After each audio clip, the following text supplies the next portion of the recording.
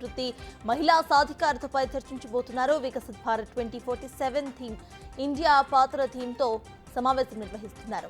వచ్చే 25 ఏళ్లలో అనుసరించాల్సిన అంశాలపై నేతలు చర్చిస్తారు. 2047 నాటికే వికసిత్ భారత్ కోసం రోడ్ మ్యాప్ ను రూపొందించే అవకాశం ఉంది.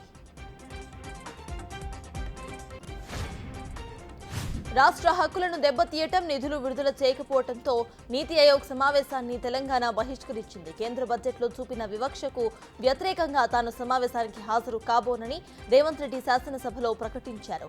ఇక నిధులతో పాటు అనుమతులు ఇవ్వకపోవడానికే నిరసనగా సమావేశాన్ని బహిష్కరిస్తున్నట్లుగా ప్రకటించారు.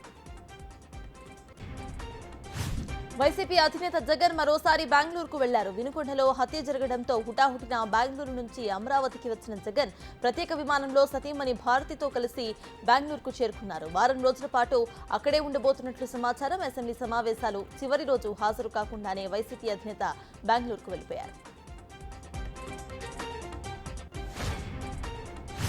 వీలైనంత త్వరగా పంచాయతీ ఎన్నికల ప్రక్రియ పూర్తి చేయాలని అధికారులను ముఖ్యమంత్రి రేవంత్ రెడ్డి ఆదేశించారు. సచివాలయంలో పంచాయతీరాజ్ శాఖపై సీఎం సమీక్ష నిర్వహించారు. ఆగస్టు మొదటి వారంలోగా కొత్త ఓటర్ జాబితాను సిద్ధం చేయాలని ఆదేశించారు. ఓటర్ జాబితా పూర్తయిన తరువాత నిర్దిష్ట గడువులోగా నివేదిక ఇవ్వాలని బీసీ కమిషన్కు సూచించారు. లేఅవుట్ క్రమబద్ధీకరణ పథకం ఎల్ఆర్ఎస్ అమలు కోసం కొత్త జిల్లాల వారీగా బృందాలు ఏర్పాటు చేయాలని ఉప ముఖ్యమంత్రి భట్టి విక్రమార్క ఆదేశించారు. ప్రజలకు ఇబ్బందులు లేకుండా పకడ్బందీగా అమలు చేయాలని స్పష్టం చేశారు. రాష్ట్ర వ్యాప్తంగా 39 లక్షల దరఖాస్తులు పెండింగ్లో ఉన్నాయని వీలైనంత వేగంగా పరిష్కరించాలని అన్నారు.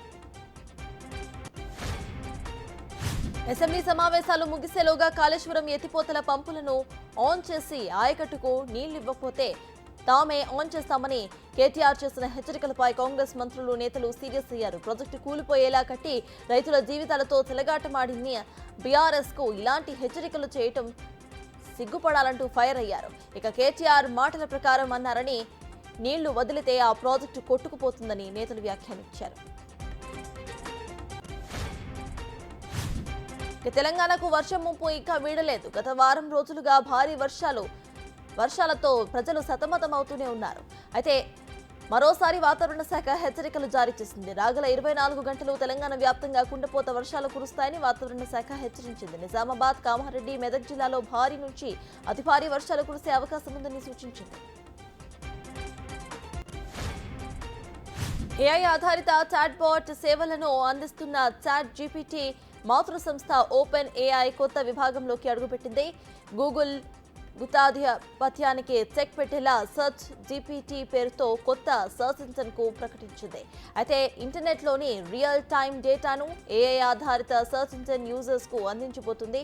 ప్రస్తుతానికి ప్రోటోటైప్ స్టేజ్లోనే ఉందని ఓపెన్ ఏఐ తెలిపింది. సెయిన్ నదిపై పారస్ 2024 ఒలింపిక్ సంబరాలు ఆరంభమయ్యాయి. 32 క్రీడలు, 45 విభాగాలు, టోటల్ గా 329 ఈవెంట్స్ కు పారస్ వేదిక కాబోతోంది. 2006 దేశాల నుంచి 10,000 మందికి పైగా అథ్లెట్స్ ఇందులో పాల్గొనబోతున్నారు. పారస్ లో ఒలింపిక్స్ నిర్వహించడం ఇది మూడోసారి. దాదాపు 10,500 మంది అథ్లెట్స్ 100 బోట్స్ లో పెరేడ్ ను నిర్వహించారు. ఐకానిక్ బ్రిడ్జిలు, ల్యాండ్ మార్కుల మీదుగా 6 కిలోమీటర్స్ మేర ఈ పెరేడ్ జరిగింది.